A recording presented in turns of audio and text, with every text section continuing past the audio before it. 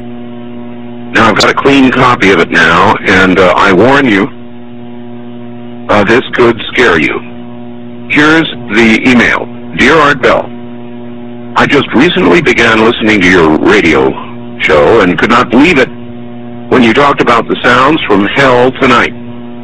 My uncle had told me this story a couple of years ago, and I didn't believe him. Like one of your listeners who discounted the story as nothing more than just a religious newspaper fabricated account.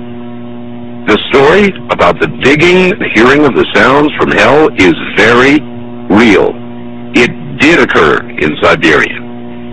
My uncle collected videos and so forth on the paranormal, supernatural. He passed away fairly recently, but he would have loved your show.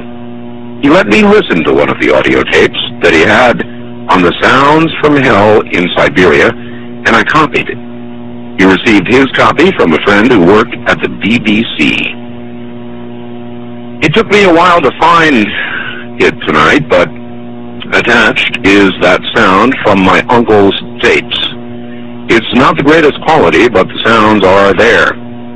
I was very hesitant to send you this, as the sound bothers me to listen to. I'd suggest that if you do play it on the program, warn listeners in advance so they may have the option of turning the radio off for 30 seconds while it plays.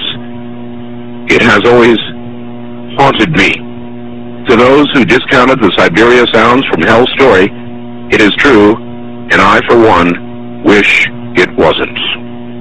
Rick, listening from Chicago. And so I submit now the cleaned, a better copy to you, and I warn you, what you are about to hear is very disturbing indeed.